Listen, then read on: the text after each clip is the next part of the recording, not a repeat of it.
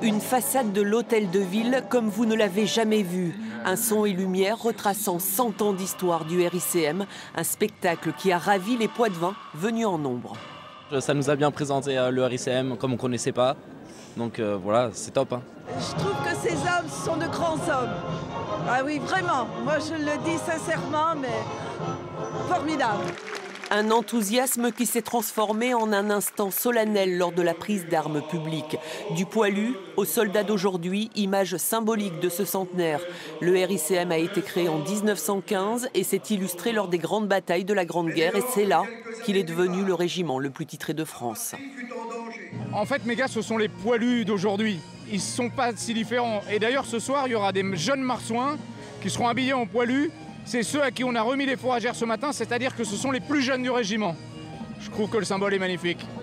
Toute la journée, des animations ont été proposées au public, démontrant la diversité du régiment d'infanterie chars de marine, installé à Poitiers depuis près de 20 ans, comme ce haka des marsouins du Pacifique.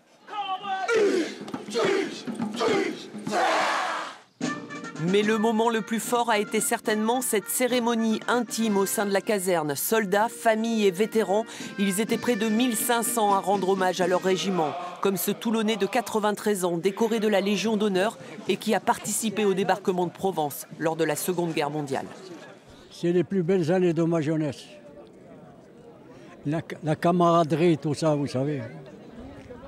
On y pense et on y rêve encore. Hein. Ah oui, des fois je dis, mais Yvon, tu n'es plus dans le peloton là-haut. Eh oui. Une page de 100 ans se tourne au RICM, une autre va s'écrire.